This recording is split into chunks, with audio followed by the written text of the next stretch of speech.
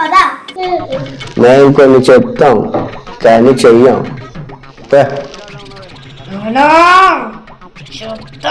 సంగతి చెప్పుకో చెప్పుకో చెప్పెట్టు కొట్టుకో.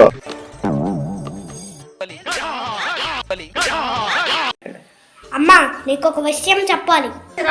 నాకేం చెప్పొద్దు. నాన్న చేసిన పనే చెప్తామని వచ్చాను. నాన్న లేనప్పుడు నాన్న కోసం మాట్లాడకూడదు. ఆహా నాన్న అమ్మ పిలుస్తోంది.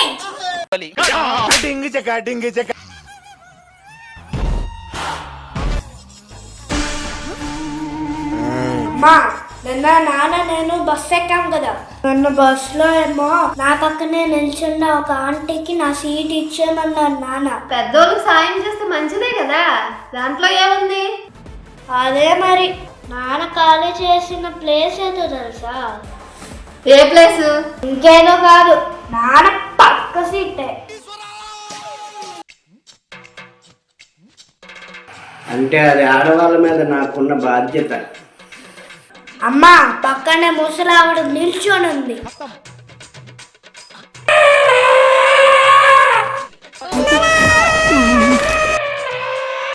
ఏంటంట పైకి లేచావు?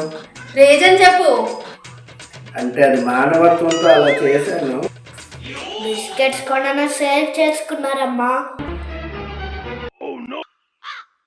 రీజన్ నచ్చలే. నచ్చడానికి ఇదేమన్నా ఐస్ క్రీమా? రీజన్ నీకు చాక్లెట్ కొని పెడతాను. Not accepted.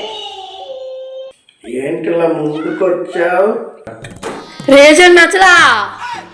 రీజన్ రీజన్ అని చెబుతున్నారు కదా తల్లి కొడుకులు. ఏంటబ్బా ఇందాక నుంచి సైకిల్కి గాలి కొట్టే సౌండ్ వస్తుంది.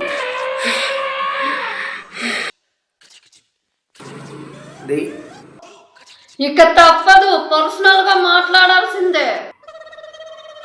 తప్పదంటావా? నువ్వు ఆనందకి ఆడుకోనా? ఏమైనా పనులు ఉంటాయి కదా అమ్మకి నాకు.